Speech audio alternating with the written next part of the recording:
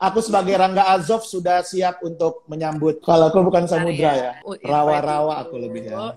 Bahkan Kak Safira, aku dari lahir pengen Kak Haiko live hari ini.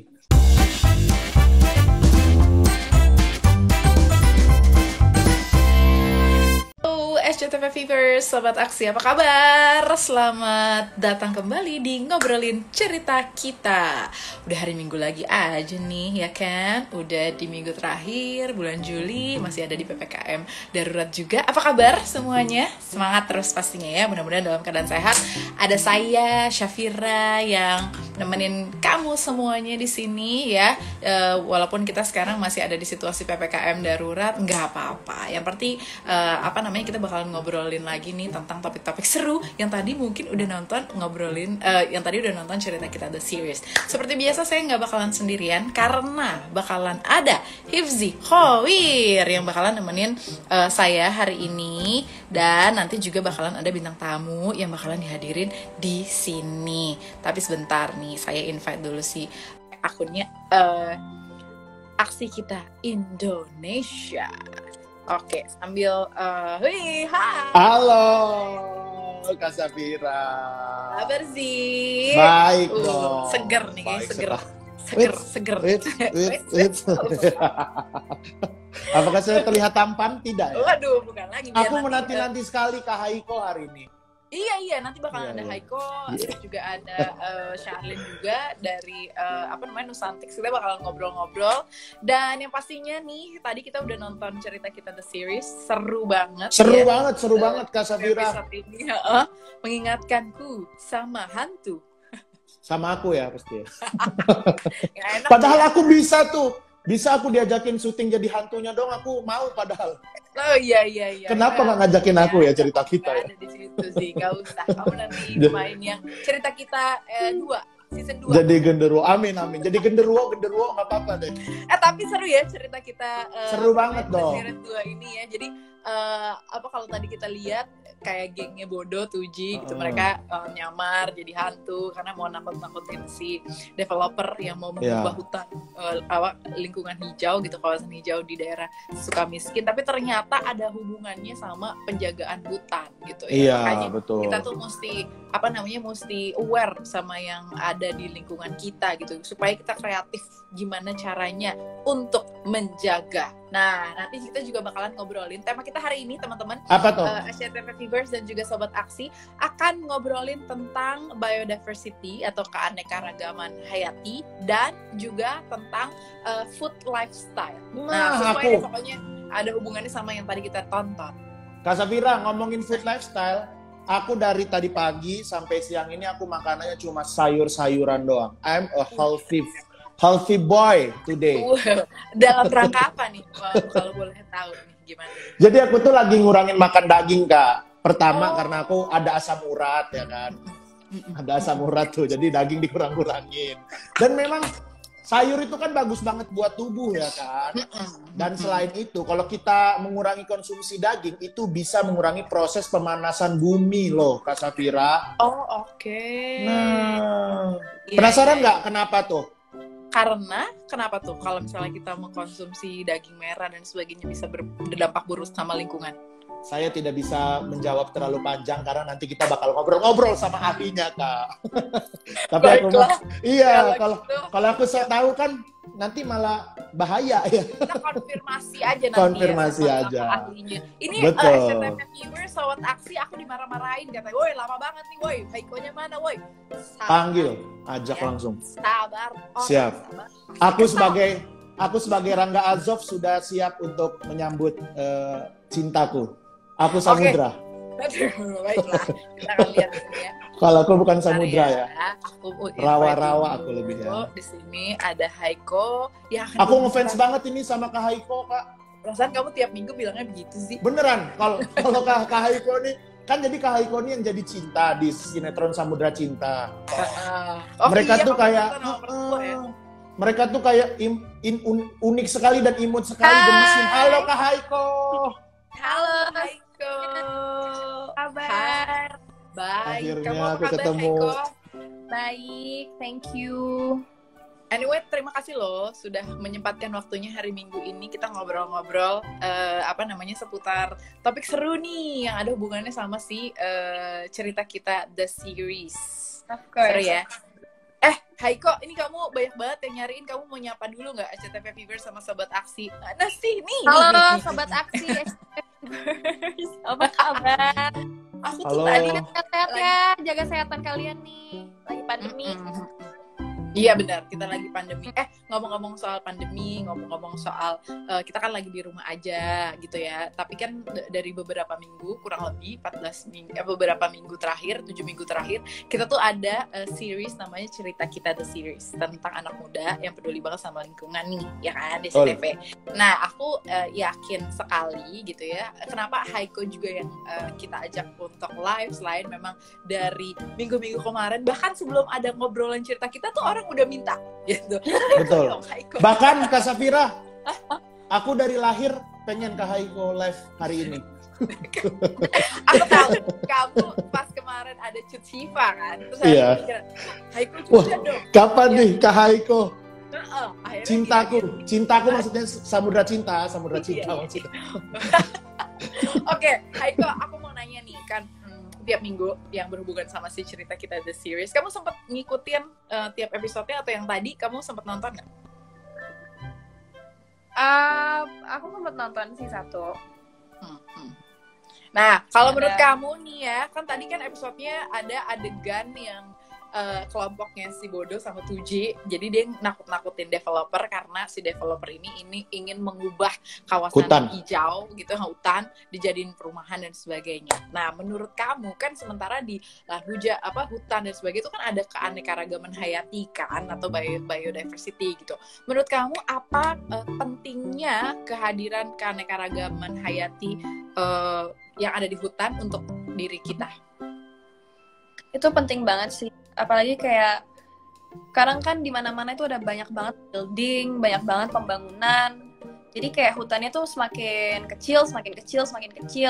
So I think dengan kayak hutan yang masih kita punya, yang belum disentuh sama manusia sama sekali, itu kita harus jaga banget. Karena bukan cuman kita yang rely on it, bukan cuman kita, kehidupan kita. Juga pasti binatang-binatang di luar sana juga bersandar sama hutan tersebut. Dan kalau misalnya itu pasti merugikan kita semua yang hidup. And it's very ya. Betul. Nah, kalau ngobrolin cerita kita hari ini nih Kak Safira, Kak Haiko juga ya. Jadi aku tadi keingetan kata-katanya Pak Wangsit tuh, ada yang dukun tuh. Dia bilang gini, mitos itu diciptakan nenek moyang kita untuk menjaga hal yang penting kayak hutan dan lingkungan. Soalnya kan kita sering banget tuh denger ya kan, wah jangan ke hutan itu, ada hantu katanya kan. Di sana serem gitu kan. Ada genderuwo gitu kan, ada kuntilanak. Ada langsir. Ayam. Iya, kuntilanaknya lata. Dan hari ini kita juga bakal ngebahas nih ya. Kuntilanaknya lata. Dulu waktu hidupnya dia ayam. Jadi hari ini Kak Haiko, Kak Safira, kita bakal ngebedah secara ilmiah, bener nggak sih? Kak Safira, jadi ketawa mulu. Bener nggak sih makhluk halus itu ada di hutan? Nah, aku langsung invite nih ya. Salah satu praktisi mikrobiologi yang juga co-founder biotech startup Nusantix. Keren banget nggak tuh temen aku tuh. Oke, yang pasti. Ini berarti Mbak Charlene ya? Mbak Charlene, betul. Mbak Charlene bakalan bergabung sama kita dari Nusantix. Yang pasti Mbak Charlene gak akan lata ayam. Ya, kan? Mbak Charlene akan ngasih tahu kita yang bener tuh gimana sih, gitu ya. Tentang bener nggak sih ada makhluk halus di hutan? Gitu. Nanti bentar itu kalau Haiko kamu percaya nggak Haiko sama kehadiran makhluk halus? Aku sih, well, I don't know. Aku nggak. Mbak Charlene. Halo Kak Charlene. Halo. Mbak Charlene sehat, Mbak Charlene? Alhamdulillah sehat, Kak. Mbak, ini tuh tadi si Hipsi tuh cerita ya tentang makhluk halus. Ada hampir lah genderuwo di hutan nih, kita spesifik ya, di hutan. hutan gitu, karena berhubungan sama si seriesnya cerita kita gitu. Tapi kayaknya nggak bener karena ada hantu yang latah gitu. Nah, aku tuh jadi kepikiran nih Mbak Charlene, bener nggak sih bahwa ada yang namanya makhluk halus di hutan gitu? Kalau secara ilmiah nih Mbak Charlene, secara ilmu pengetahuan bisa nggak sih dibuktikan? Oh, jadi gini Kak, nomor satu ya, kita nggak usah ngomong di hutan deh, dimanapun di bumi ini yang hidup itu nggak cuma manusia, nggak cuma tumbuhan, nggak cuma hewan. Ada makhluk halus tak kasat mata. Ini kalau di sains ya, namanya mereka itu adalah microbiome. Nah, microbiome ini bukan sejenis kunti, kuyang, genderuwo, pocong gitu, enggak Kak. Tapi microbiome itu ada anggotanya. Anggotanya itu namanya bakteri, virus, jamur, sama archaea. Mereka benar-benar tak kasat mata, makanya halus. Nah, kalau ditanyain apakah ada makhluk halus di hutan? Ada banget dan banyak banget. Dan mereka itu nggak boleh diganggu keberadaannya. Jadi kalau kita mengganggu nih, hutannya kita bakar, kita babat atau apa segala macam, tunggu waktu aja sampai makhluk halusnya pusing, cari rumah baru, balas dendam, akhirnya wabah deh kena ke kita lagi. Tuh. Oh, oke. Berarti kalau secara simpelnya adalah kalau yang namanya makhluk halus dalam ilmu pengetahuan dan sebagainya, jangankan di hutan, bahkan di kayak sekitaran kita, di tubuh kita dan sebagainya itu pun ada ya makhluk gitu. Kita selalu ketempelan. Kita selalu ketempelan, bentuknya macam-macam. Ada bakteri, ada virus, yang intinya yang nggak bisa kelihatan sama mata kita. Gitu ya Mbak Charlene ya? Yoi. Oh, baik. Halo, Safira. Ayam. Enggak, dia mau dilebihan kan lu. Iya, benar-benar. Aku bukan Hibzi, aku Charlene. Haiko, aku bukan Hibzi, aku Papa Jud. Oke. Jadi ini jadi ya Haiko mungkin lagi bingung gitu ya. Haiko, Mbak Charlene juga lagi bingung ya, biasa ngomongin tentang biodiversity, kok tiba-tiba ada Papa Jud. Jadi Papa Jud ini adalah, silakan. Aku adalah Papa Jud. Aku tuh termasuk microbiome tadi kalau dibilang sama aku termasuk bakteri ya. Enggak, jadi aku akan selalu memberikan fakta-fakta mengejutkan di live. Tapi tar dulu dong, biasanya Papa Jud kan hadir dengan bahasa internasional. Betul. Aku akan memberikan pesan-pesan nih hari ini dengan menggunakan bahasa India. Oke. Bahasa Silakan. India ya, oke. Iya. Toje dekat toye jana sanam. Piara hotahe di vana sanam. Apiar hasa ke hajayagam. Toje gele kucuk hotahe. Jadi katanya, artinya apa, Kak? Coba menerjemahkan. Jadi Papa Jud hadir di sini untuk memberikan fakta-fakta yang mengejutkan. Nanti Mbak Charlene sama Haiko milih apa yang disampaikan sama Papa Jud, fakta atau gosip. Begitu? Bukan, itu tadi aku lirik lagu India. Toje dekat toye jana sanam. Piara hotahe di vana sanam. Kamu salah mengartikannya ya. Tapi nggak apa-apa. Intinya itu, saya akan memberikan pernyataan. Nanti Kak Charlene, Kak Haiko, Kak Safira boleh jawab. Pernyataan dari aku, Papa Jud itu apakah gosip ataukah fakta ya. Sudah siap semuanya? Aku siap. Mbak Charlene siap? Siap semua ya? Oke. Kak Haiko, Masya Allah. SCTV Viewers, Sobat Aksi juga boleh ikutan boleh. jawab ya. Gosip siap. Atau fakta. Oke, silakan Papa Jud. Aku akan kasih pernyataan yang pertama ya. Pernyataan yang pertama. Penyebab kepunahan keragaman hayati salah satunya merupakan faktor pembabatan hutan. Silakan Kak Charlene dulu jawab. Gosip atau fakta? Hah? Fakta. Kak Haiko? Betul Kak Charlene. Betul. Kak Haiko betul. Kak Safira? Fakta. Salah. Kak Safira salah. Tetap. Kan tadi jawaban sama fakta nih. Enggak, tetap. Enggak bisa. Jawabannya fakta. Buat Kak Safira tetap salah, tapi tetap. Jadi, nih ya, buat Kak Charlene sama Kak Haiko, sumber dari BBC mengutip laporan yang diterbitkan pada tahun 2016, terjadi penurunan populasi hewan di dunia hingga 58% selama 40 tahun terakhir atau sejak 1970. Hal ini akibat dari penggusuran habitat atau pembabatan hutan. Betul sekali berarti. Kak Charlene? Iya, betul. Kak Charlene? Ya, ayo. Bener nggak sih kalau hutan hilang berarti keragaman makhluk hidupnya juga hilang? Apakah bisa dikembalikan lagi, Kak Charlene? Waduh, pertanyaan sulit itu Kak. Pertanyaan sulit. Mungkin dari yang nomor 2 dulu ya. Jadi segala sesuatu di hidup ini kadang hilang tuh hilang selamanya Kak. Nggak bisa hilang. Itu nomor 1, sedih gitu kan Kak ya. Kemudian yang nomor 2 ya, kalau misalnya iya, kan tadi balik lagi ya, hutan itu kan isinya itu kan banyak warga negaranya, mulai dari hewan gede-gede sampai kecil-kecil sampai makhluk halus yang tak kasat mata. Nah, kalau hutannya itu hilang akibat dibakar atau dibabat, ya mereka mati nggak bisa beranak, udah akhirnya punah gitu kan. Tapi sebenarnya ya, yang perlu benar-benar kita perhatikan itu adalah sebelum hutannya, kalau gimana ya, kalau di situ tumbuhan, terus makhluk hidupnya itu mati, nanti makhluk halusnya dia hidup di mana? Akhirnya keluar deh. Abis itu nempel deh ke badan kita. Salah satunya kayak COVID ini, ya kan? Oh, itu jadi bisa terjadi karena aktivitas pembabatan hutan, ya Mbak Charlene ya? Iya. Jadi ini kayak gini, kelelawar ya, misalnya dia kan harusnya kan di alam liar. Terus habis itu alamnya kita ganggu nih, kita bangun apartemen lah, kita buat bangun spot Instagramable lah dan segala macam gitu. Akibatnya kelelawarnya jadi nggak bisa hidup kan. Kegeser, makin dekatlah kelelawar sama manusia.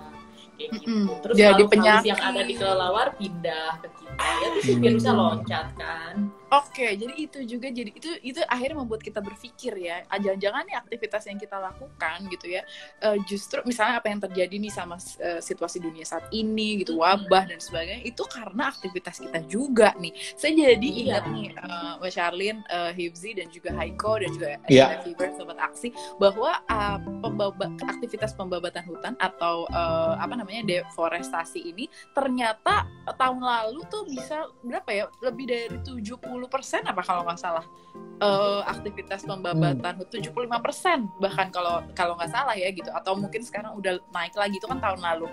Nah ternyata ini tuh jadi hal yang penting banget untuk kita perhatikan, bahwa kalau misalnya pembabatan hutan itu terus meningkat, berarti kan habitatnya akan menurun ya Mbak ya. Habitat dari si biodiverse itu atau keanekaragaman hayatinya bakalan menurun.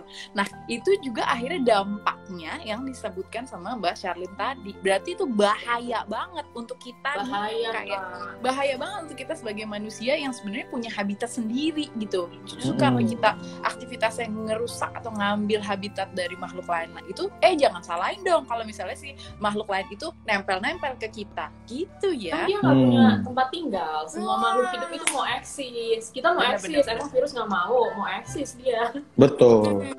Aku juga pengen eksis. Kamu pengen eksis? Iya, aku juga pengen eksis. Aku lanjut lagi ya, Kak Haiko juga tebak ya, Kak Haiko. Ya Allah tuh, ada yang banyak komen Kak Haiko cantik banget. Aduh, saya juga dari tadi terkesima ini. Lanjut ya. Sampai lupa nih faktanya apa, gosip faktanya apa nih. Kita lanjut. Indonesia adalah negara peringkat ketiga dengan keragaman hayati terkaya in the world. Gosip atau fakta? Silakan. Kak Haiko dulu. Kak Haiko dulu. Gosip apa fakta ya? Ayo Kak Haiko. Kak Haiko jawab apa aja, aku betulin kok. Coba gas sebentar, saya kira salah. Apa Haiko? Kak Haiko apa Kak Haiko? Gosip kan? Gosip. Oke, Kak Charlene apa? Wah, itu sepertinya fakta yang butuh diluruskan, Kak. Fakta yang butuh diluruskan. Oh, fakta yang butuh diluruskan ya. Iya. Oke. Soalnya sekarang Kak Safira apa? Kak Safira dulu tuh. Aku gosip, aku sama Haiko, sama Charlene pokoknya. Oh, dan ini jawabannya adalah gosip. Justru gosip ya. Betul nih, fakta yang perlu diluruskan, berarti betul ya. Faktanya, jika digabungkan keragaman hayati darat dan laut di Indonesia, maka kita adalah yang paling terkaya di dunia tuh. Oh gitu. Nomor satu. Nih, peneliti zoologi. Nomor 3 siapa berarti Kak? Nomor 3 siapa ya? Nggak tahu. Nggak tahu. Nomor 2 saya juga nggak tahu. Peneliti zoologi dari LIPI mengatakan bahwa Indonesia sebagai salah satu pusat agrobiodiversity dunia dengan 10% spesies tumbuhan di dunia. Tuh. Menarik nih ya. Jadi kalau tadi sempat di-mention sama Mbak Charlene, tentang si fakta sebelumnya gitu, bahwa hutan ini jadi tempat tinggalnya si biodiversity tadi gitu ya. Saya tuh juga sempat lihat di berita bahwa ada nih, mungkin Haiko juga ngikutin beritanya, yang pas ada hewan hutan masuk ke rumah warga nyuri makanan. Betul. Kayak gajah, terus ada ular yang saya semut.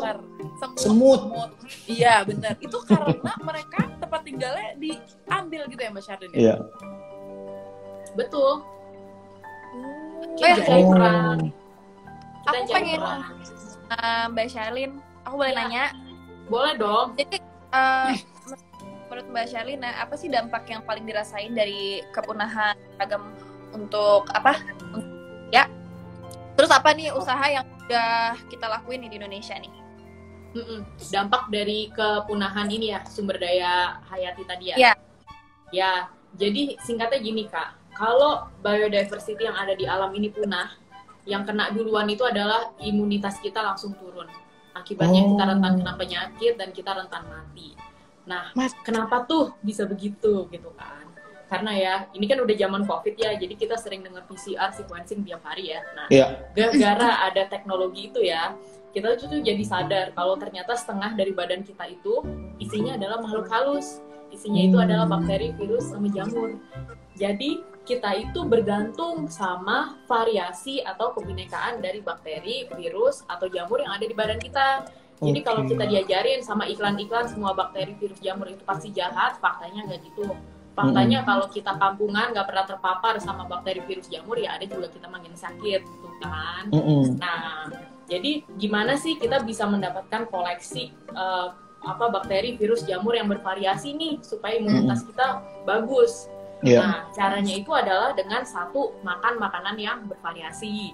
Kayak kata nenek moyang kita dulu ya, gado-gado 7 rupa, sayur lodeh isinya 7, sayur asam isinya 7. Itu nggak bercanda gitu kan. Itu beneran. Itu beneran, itu dari makanan.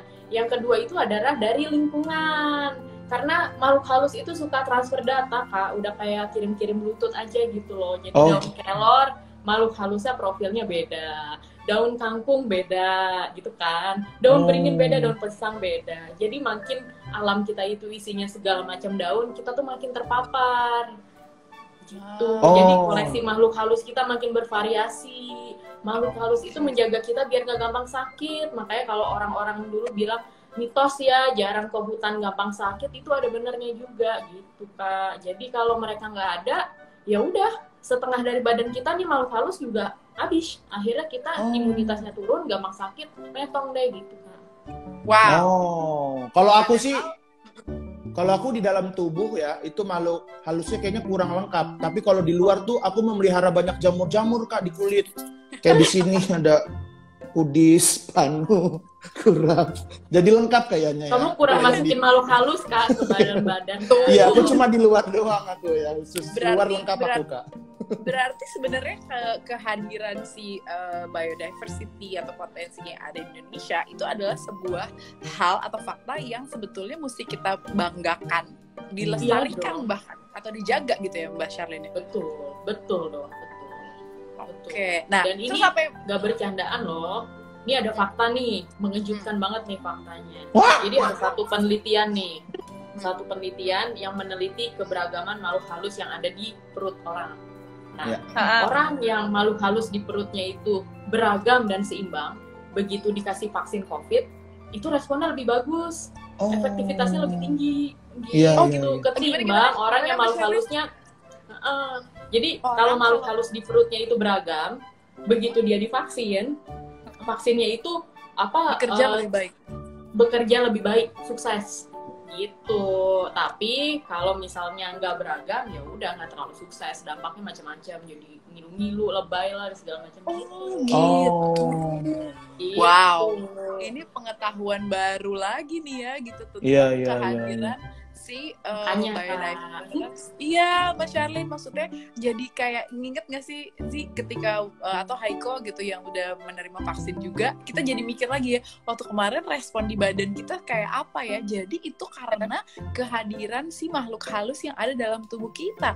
Jadi bukan sesuatu hal yang mesti kita pisuh-pisuhin gitu. Aduh, ada kelelawar nih, ada segala macam, tapi justru sesuatu hal yang mesti kita syukurin, bahkan ada dia itu yang menyelamatkan kita justru ya. Betul. Iya, nggak ada kelelawar, makhluk halus kelelawarnya invasi ke badan kita, gimana? Nemplok dia nanti, baiklah. Itu tadi penjelasan tempelan sedikit dari Mbak Charlene. Nih banyak komen nih. Iya, ada yang nanya nih sama Haiko, silakan sih. Nih Kak Haiko ada yang nanya nih, aku wakilin ya Kak Haiko ya. Aku pengen banyak ngobrol dengan kamu Kak Haiko. Ini dari Sri. Dari Sri dia nanya, apakah Kak Haiko percaya hal mistis yang terjadi saat berada di hutan? Kan dulu sering syuting di hutan. Oh betul tuh, scene-scene yang sama samudra tuh. Gimana Kak Haiko? Aku sih kalau misalnya buat hal mistis, aku sedikit kayak percaya nggak percaya. Aku masih bingung. Itu benar apa enggak? Tapi kayak di hutan sih nggak pernah ngerasain apa-apa yang mistis sih. Oke. Tapi kalau dari penjelasan Mbak Charlene tadi berarti tentang makhluk halus, sekarang kita udah kayak sedikit tercerahkan ya Haiko. Ya, beda itu ya pemahamannya. Itu beda. Kayaknya itu bayom ya justru ya. Mesti kita omongin terus-terusan justru. Kita mesti mengkampanyekan, memperbanyak kehadiran makhluk halus gitu ya. Nah, ini ada komen lagi nih Mbak Charlene. Berarti kalau kita ngomongin tentang tadi berhubungan sama Pak Wangsit dari cerita kita The Series tentang mitos gitu ya, yang sebetulnya untuk menjaga kelestarian hutan, berarti hukum adat juga jadi salah satu upaya yang bisa dilakukan untuk menjaga keanekaragaman hayati. Salah satu suku, ini dari Putri, salah satu suku yang sangat menjaga hukum adatnya yaitu suku Baduy, makanya alamnya masih asri banget dan terjaga. Thank you Putri Hanafi. Itu juga jadi salah satu contoh ya Mbak Charlene ya, bahwa gimana caranya gaya hidupnya orang-orang Baduy sebenarnya yang bisa kita contoh nih gitu dalam menjaga keanekaragaman hayati. Itu iya banget loh. Jadi kita nih sebagai anak-anak kota yang ngakunya gaul ya, sebenarnya kita loh. Sebenarnya geblek kita loh gitu kan. Jadi ya kalau kita lihat nih ke kearifan lokal nih, banyak tuh kayak suku-suku adat-adat tertentu itu mereka tuh udah paham kalau di badannya ada semesta sendiri, di lingkungannya ada semesta sendiri, dan keseimbangannya harus dijaga gitu kan. Tapi kalau orang Jakarta, dia baru pertama kali dengar tentang wah di badan kita setengahnya bakteri virus jamur, udah norak kan, udah kaget gitu kan. Nah kalau kearifan lokal sih mereka udah tahu, makanya mereka tradisinya mandi kembang 7 rupa, makan sayur 7 rupa, nggak ada ceritanya tiap hari makan makanan yang sama tuh, nggak ada ceritanya. Bahkan tiap rumah masakannya beda-beda, habis itu tukeran antar tetangga. Itu kan sebenarnya praktek-praktek yang meningkatkan keberagaman makhluk halus di badan kita, jadi kita lebih sehat, lebih imun gitu. Pokoknya ini yang bisa dipraktekkan sehari-hari sih, kita tukeran makanan. Tetanggaku kirimlah kepadaku ya, tetanggaku. Aku tukeran Kak ya. Tukeran makanan. Ini ada lagi pertanyaan buat Haiko. Haiko ini dari Putri Azahra 4. Mungkin dia banyak akunnya ya. Haiko kan seorang aktris. Pengalamannya saat syuting, banyak nggak sih sampah yang ditimbulkan oleh properti atau kegiatan atau aktivitas yang dibutuhkan saat syuting itu sendiri? Terima kasih katanya. Silakan Haiko. Sama. Haiko, lumayan. Lumayan banyak. Yang paling parah sih, kita tiap hari ada botol minum, botol kayak gitu. Kalau misalnya dari situ apa yang aku lakuin, karena kan aku nggak suka minum dari kayak botol sekali pakai kan. Aku tuh kalau misalnya bisa, aku selalu usahain untuk bawa botol minum sendiri. So what I usually do itu aku selalu bawa botol minum. Terus kalau misalnya aku mau minta isi ulang, itu minta isi ulang galon gitu. Karena yang paling kumpulin sampah sih itu. Kalau buat Yes. Tapi ada upaya yang dilakukan gitu ya, yaitu membawa tempat makan atau minum sendiri supaya nggak pakai botol minum plastik sekali pakai. Menarik nih. Ini juga ada yang komen nih, Mbak Charlene, terkait tadi tuh yang ngomongin tentang efek di badan setelah vaksin. Namanya Putri Lestari kali ini. Berarti makhluk halus aku beragam dong. Aku nggak apa-apa habis vaksin. Mantap. Mantap. Dia tuh bagus, lingkungannya bagus tuh. Wah, betul.